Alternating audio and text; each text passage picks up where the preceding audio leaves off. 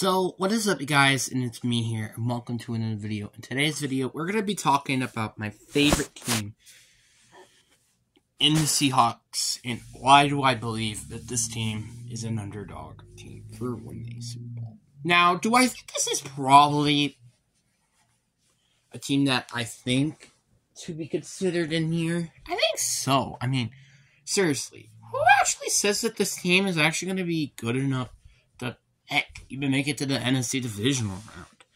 Like, in my opinion, this is definitely probably one of those dark horse teams. Is this a biased opinion?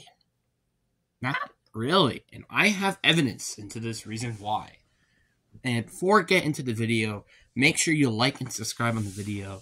But anyway, let's get into the video. So why do I think the Seahawks are going to make it to the Super Bowl? That is an excellent question. Now, let's look at what was their major weakness last year. And why not people could definitely be hesitant of why they think this team will not be that good this year. Stopping the run. The run was definitely probably one of the more harder things for us to stop towards the end of the season. And I think with our new additions of Devin Bush, Bobby Wagner, DeAndre Jones, I think this can definitely be a way better run defense. Also, with the draft of Derek Hall, it also makes this defensive line even better. Now, another issue with this team was the defensive line. Obviously, adding DeAndre Jones and Derek Hall will definitely help, but we still don't really have a quite good nose tackle. With Avonte Fool finally now gone, there's not really a clear answer at who's our starting to tackle heading into the season. And that's a big of a problem, to be honest. Like, the fact that we don't really have a true answer, are we running 4-3 or 3-4, is a big question. And I'm really concerned to see what they're going to do with this. But my biggest question on defense, again, is the defensive line, mainly nose tackle, just because we don't really have some true talent. Geno Awosu, no offense, like, he's a good defensive lineman. But is he great? I don't think so. He had a good year. He had 9 sacks and he led the team. So I do think he might even have a better year than he had last year, or could even be the same. But I don't think this is going to be a team that is going to have an amazing defense. But now let's talk about the biggest strength of this team, and it's the secondary. Now, it is unfortunate to see Ryan Neal leave, and you're like, what? Who is even that guy? He actually was rated the best safety in the league last year. Think about that for a moment. Jamal Adams should be coming back, but like, is he really going to be a big difference? I don't think so. Thank God, though, we got Julian Love during free agency. Now, the secondary. There is a question of Tariq Woolen even starting the season on week 1, which that is a big concern. But I do think Devin Witherspoon will fill that spot. And if he's good as I think a lot of people would think, welcome to probably one of the best defenses in the league. You kind of see what I mean about why this team is a pretty underdog. Their defense was so much better and did so many good things during the offseason. They end up getting DeAndre Jones, Derek Hall to fix the defensive line, linebackers, Devin Bush, Bobby Wagner, secondary, Devin Witherspoon, Julian Love. So literally they added like 2 new players at each part of the team. 2 at the secondary, 2 at linebacker, and 2 at defensive line.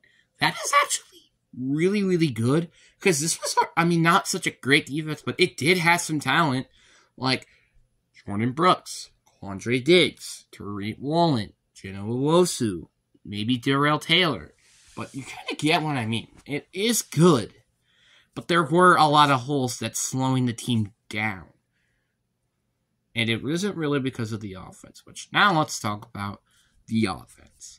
Now, the offense is a very interesting topic to talk about.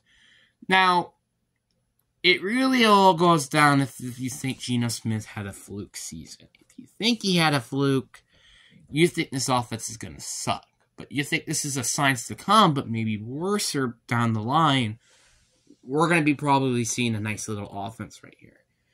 Now, I wanted to talk about the biggest weakness before we talk about their strengths. Let's talk about the interior. Now, the interior is the biggest position question mark. Yes, we have Darrell Lewis, who is going to be solid, but there is a lot of other question marks. Austin Barrett retired, and I think currently our starting center is like Kyle Fuller or something like that.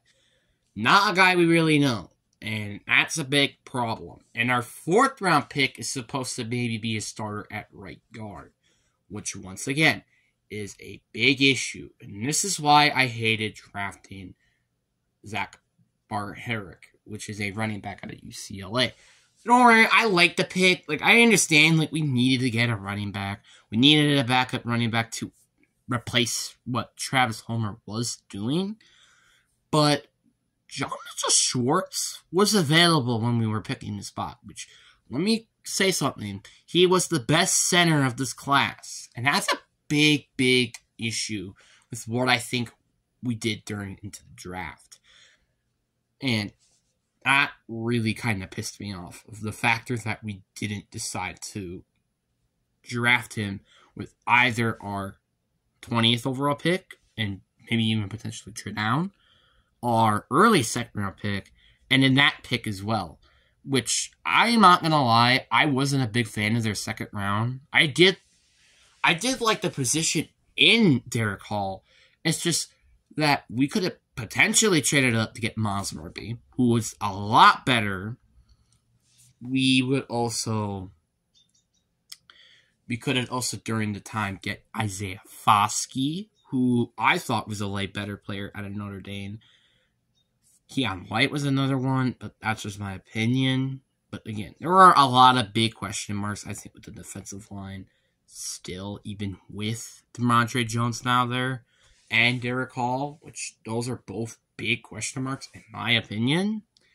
But, that's fine. I do think that our tackles, both of them even, I'm going to think is going to be a lot better this year. Because, again, it was only their rookie years. There's nothing but up after their rookie years, really. Well, in some occasions, no, but you get what I mean. But O-linemen usually struggle during rookie years. Look at Kenyon Green. But these were respectable grades by PFF.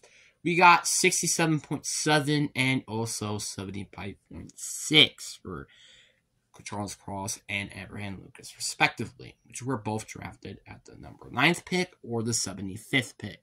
So some good value with these two picks.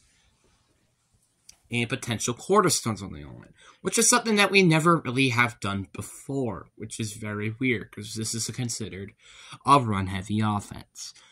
Which makes it very interesting. We're like, how is this supposed to be a run-heavy offense when you don't have a good offensive line? Should be talking about Pete Carroll about that one. Now let's talk about the strengths. Let's talk about the running back position. Yes, I know I hated the 2nd round pick running back pick, but he is definitely going to be a nice, solid RB2 if necessary. Then we have Kenneth Walker, who we already was one of the better running backs out of this entire draft. And we were kind of lucky that he fell to us at number 41, to be honest, because he turned out to be the best running back out of this draft class. Well, so far that is, in terms of stats. But again, I do think Kenneth Walker is going to have a really, really good career with this team, and I don't think he's going to slow down anytime soon. And then we have the wide receiver position, which is probably the strengthest about this entire team.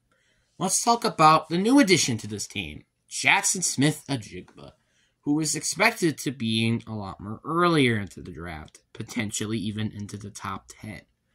But instead, he fell all the way down to 20 for us to pick him. Now, am I a fan of this pick? Somewhat. Because we already had Tyler Lockett and DK Metcalf, and this was more of a round 2, 3-ish type of pick. And especially with who would have been available still during that time. But I'm not complaining of what we did, that we did get him. Because he is going to Who knows? He's the best receiver in this class by a country mile, and could also be a potential Rookie of the Year candidate if he was just on a different team.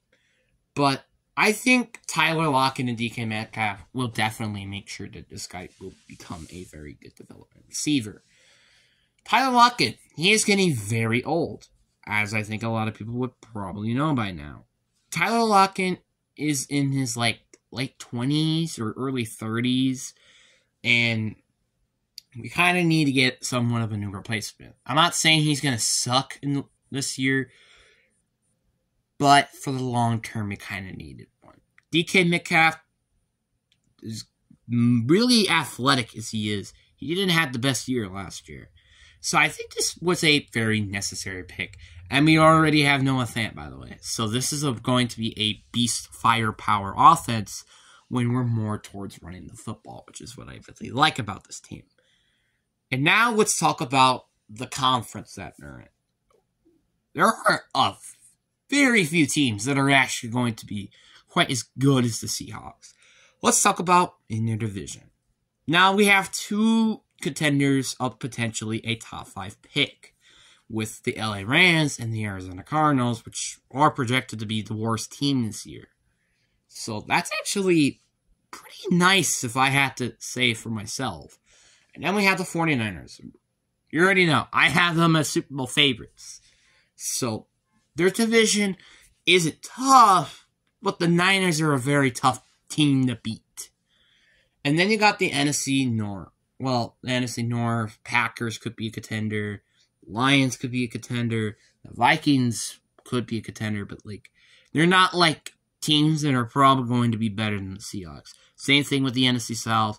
The NFC East, you could say whatever you want about Dallas with their offseason, but I think Seahawks had a better offseason, and I think they are a better team just because they actually have an OC that's been on their roster and knows what the heck he's doing. I also think that the head coach knows what he's doing, unlike Mike McCarthy.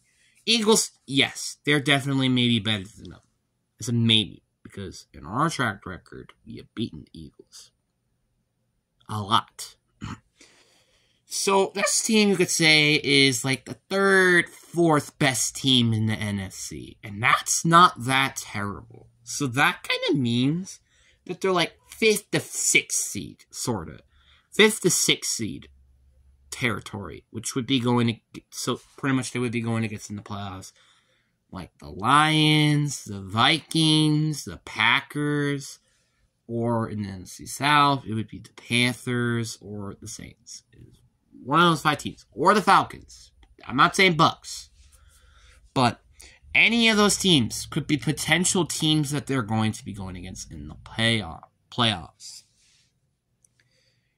Now, do I see them making a Super Bowl run? Maybe. I mean, it kind of does depend on the developments of all of these new additions to the team. Will all these new additions going to actually fix the team is the biggest question. But, yeah. But again, they're in a very easy conference in the NFC. And they have a lot of talent. And honestly, they might be the perfect roster if we, in terms of how good their roster truly is, outside of the Niners. Eagles have more talent. They have more better players. But the Seahawks have more depth to the roster. Quarterback, they have Geno Smith and Drew Lock, who, again, used to be a foreigner starter. They have 2 good running backs they can use. They have 3 wide receivers that they can use. 2 tight ends.